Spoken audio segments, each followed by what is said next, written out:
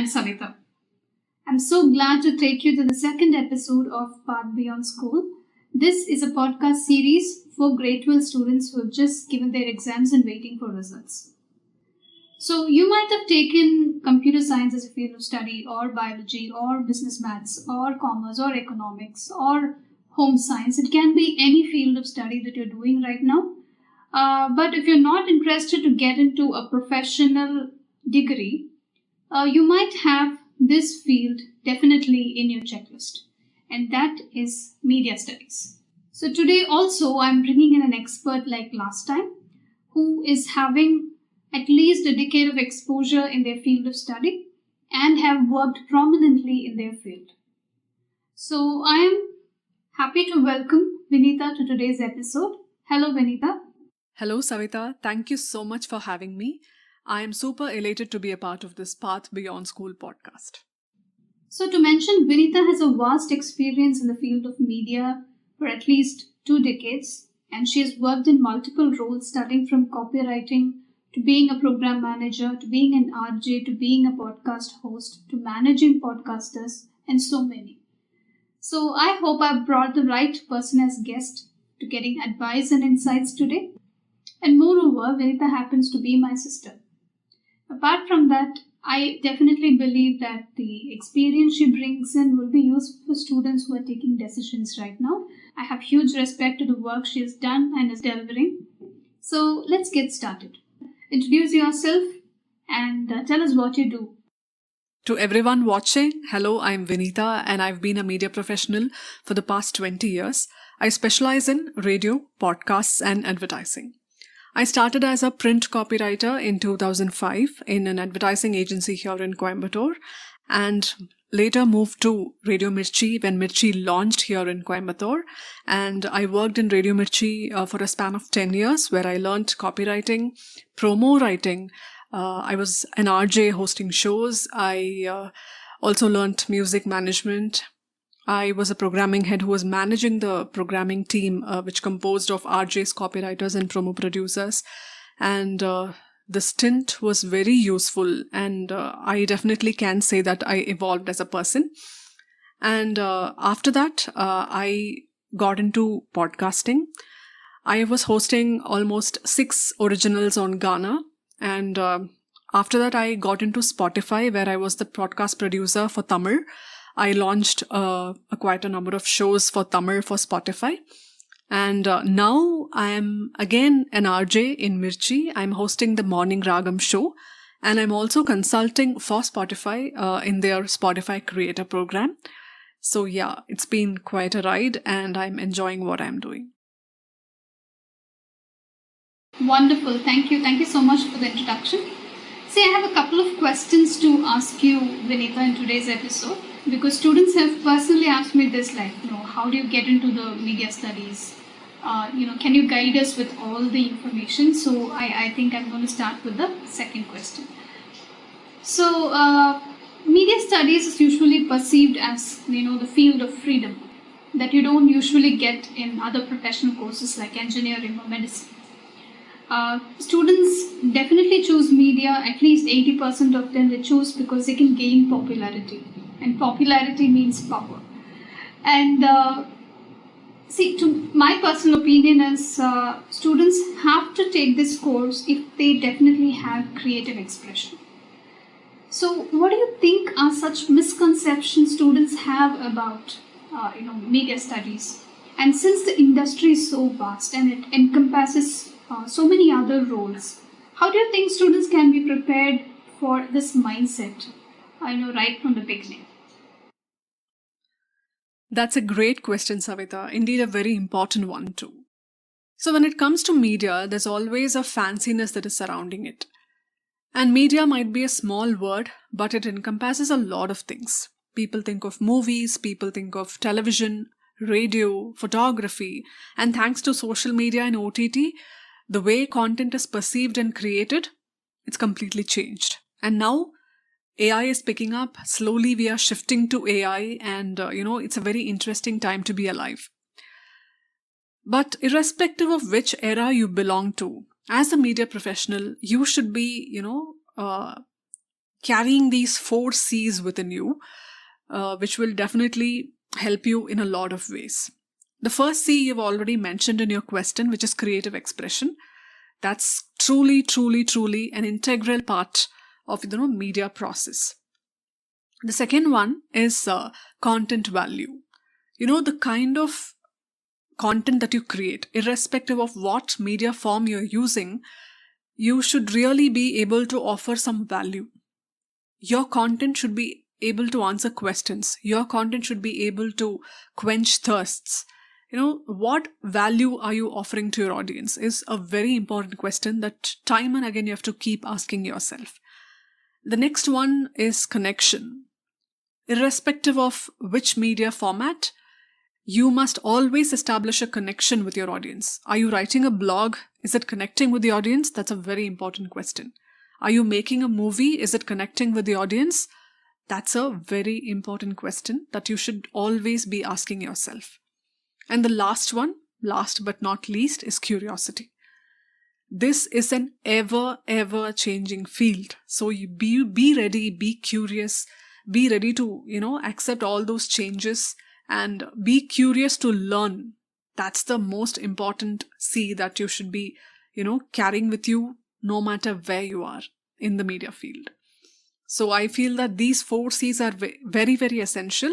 And the one perception that people always have, or the notion about media, is that, of course, people think of fame and money. Yes, you get fame and money, but they are byproducts. Please don't come into media field expecting to be popular or expecting to earn more money. And if that's the core result that you're expecting out of media field, there are high chances that you might get disappointed. So come with a childlike attitude. Come with open wonder. You will definitely be, evolving as a person.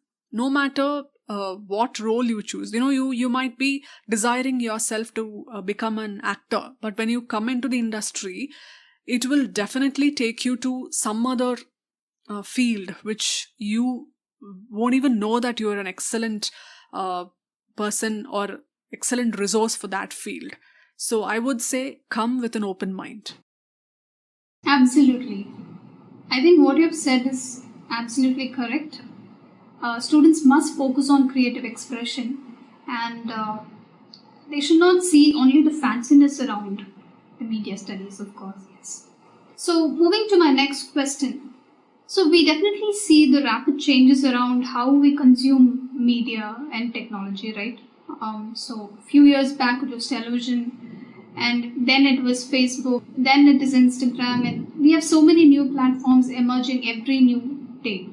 So, what do you think are the core foundational skills or mindset the students must sharpen right from their study days, so that they can build a long sustainable career and also adaptability? Not only focusing on platforms or softwares. So, what do you think is the core foundational skill that students must focus? Right. So even for a 9 to 5 normal desk job, people are expected to come with a certain set of soft skills. Why? Because they're going to be team players, they're going to deal with clients, there are so many problems that they're going to solve. So there are certain set of soft skills that are expected to come with for the job. And think of media. It's a very, very vibrant, colorful, energetic, and ever-changing field, right? So definitely you need to have a very good set of soft skills there. You must be empathizing, you must be understanding, you must be able to, meet deadlines, you must be organized and creative at the same time. Most managers who are very productive and organized are not necessarily creative, but here you have to be creative and organized at the same time. So that's a great blend of skills that you have to come up with. So I would say, don't just focus on the degree because whatever the curriculum teaches, it's going to be completely different to the reality that you're going to see in the field. Be it a media house, be it a movie production house. It could be anything, but what you study might not be exactly what is happening in reality. So you should be ready to adapt. You should be ready to learn. You should be ready to change. There's so many challenges that will be posed on you, but you should be ready to, ride with them. But I'll promise you it'll be very exciting. And when it all works out, it'll be a feeling like you're in heaven. And when even things don't work out, you will definitely be evolved as a person. That's not only going to help you in your career, but also your personal life. Right. That's so true. Is exciting for me as well, like how it feels to, finish a creative task. It's wonderful. So moving on to my next question. So, of course, we know creative expression is important, but what are the non-creative skills that are still as important as creative skill for performing any task in media industry? You can, come up with your experience in the industry and tell us at least three of your experience. Right. There are a lot of non-creative skills that will come in handy. I'll mention the top three that really helped me in my process. They may sound cliched, but they are very essential. The first thing is being organized. In media, you'll be handling multiple assignments, multiple projects. There's so much action happening around you all at the same time. So it is always very important to be organized, because you'll be meeting a lot of people, collecting a lot of information. So whenever something is asked out of you, you must be able to retrieve that information as and when required. It'll save your day. The second one is being on time. In media, everything works on timelines. Time is equal to money, which means that you will be honoring your time and others' time as well. Please be punctual. Please take your deadlines very seriously. Don't wait until the last minute. It's not like your school or college assignments that you can, postpone till the last minute and then get it done, or, copy from another friend. No, here timelines and deadlines, they work very, very seriously. So please use your time wisely. Be punctual. That actually creates a trust in your capabilities. And last but not the least, the third skill is networking. You'll definitely be meeting a lot of people.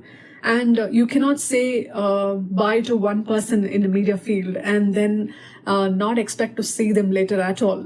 In some point of life, you can meet the same person. There are chances that you'll meet the same person. So, yeah, I would say be ready to, establish good connection with the people you meet. That's very essential. Right. So I think what you've mentioned, all the three skills that you've mentioned, is definitely important not only for media studies, for even other industries. Of course, yes. So moving on to my next question. So for students who are passionate about media studies, they have this question because, like any other industry, media industry is also changing and rapidly evolving at a faster pace. So they have concern about their job security, and they fear, what if the job that I'm doing sometime suddenly I'm being laid off, or the skill that I'm honing now, like editing or audio production, even a voiceover artist, what if it is replaced by an AI?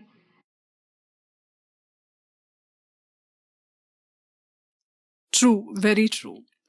There's a very famous quote. I don't know who said that, but it conveys this rough meaning that what took you here will not take you to where you want to be. So you might get into media field with a certain set of skills, but it is not enough at all. With the ever changing media field, you should be ready to, adapt to the changing situations. You should upgrade your skills. You should upgrade your know-how.